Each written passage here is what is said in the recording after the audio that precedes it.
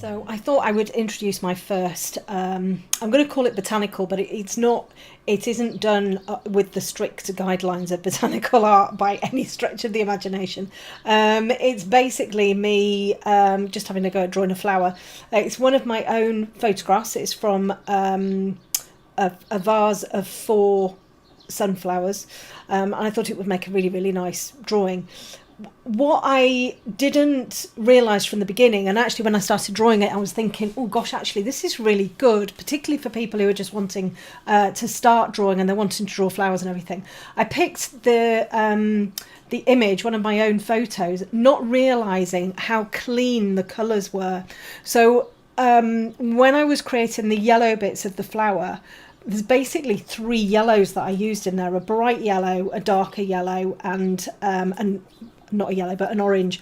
And the same with the leaves, a light green, a mid green, and a dark green.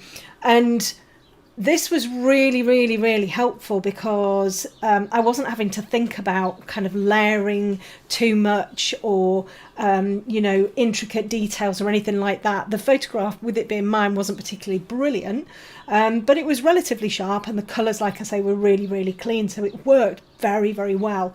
So we're just kind of skipping through the whole tutorial here, and you're seeing me kind of, it looks realistic when you look at it on the actual drawing. Close up you can see sort of quite a bit of the grain. There's not a massive amount of detail in there, and this is why it's really, really, really lovely piece for anybody wanting to kind of just draw something really pretty.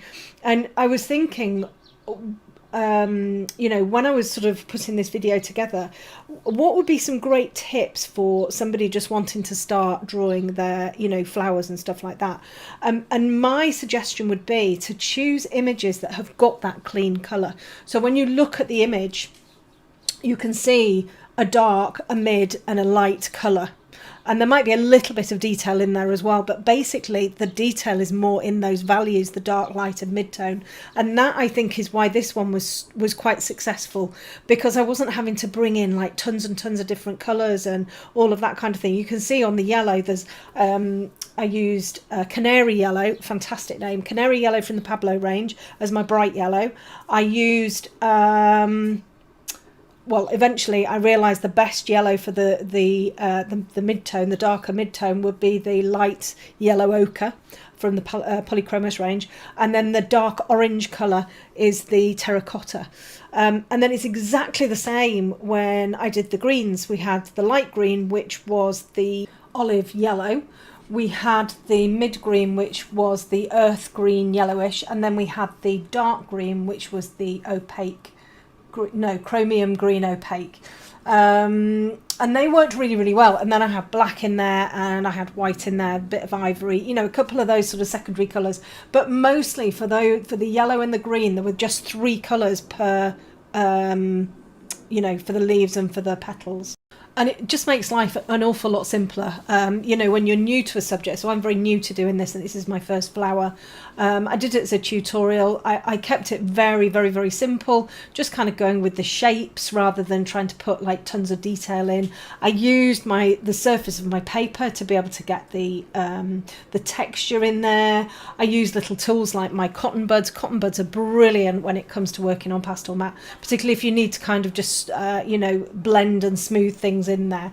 And it just worked really, really well. So, if you are looking to create some flowers, go for those really clean colours, whether it's reds or yellows or oranges. Go for the ones that have got the really clean colours in there, and I think you'll be really, really successful. Black is great. I use black all of the time. It's such a great colour for darkening some of those mid-tones, for bringing in some of those really, really, really great dark values in there. It's a colour that I use on a very regular basis.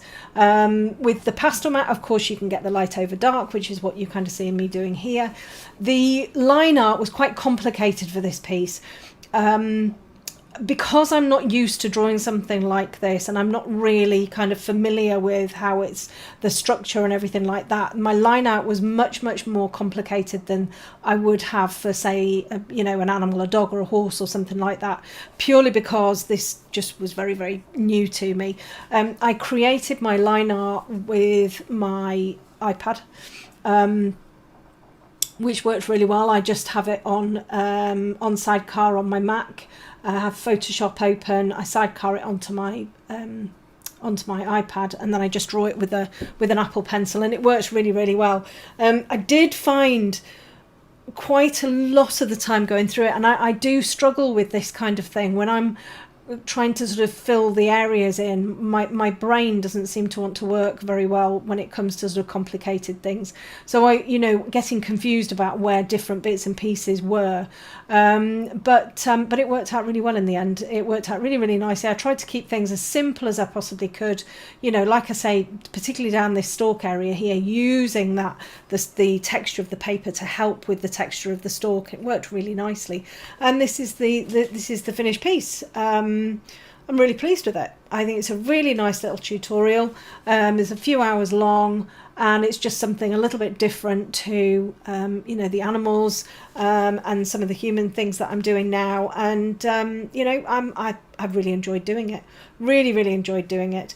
And I learnt a lot, particularly around that, choosing images with the cleanness of colour. So yeah, very pleased with it. So if you want to do this, if you're interested in doing this, it's on the Academy. All of the parts are on there. It's all live. I've got all of the live voiceover. You hear everything that I'm doing and working on. Yeah, give it a go. Give it a go.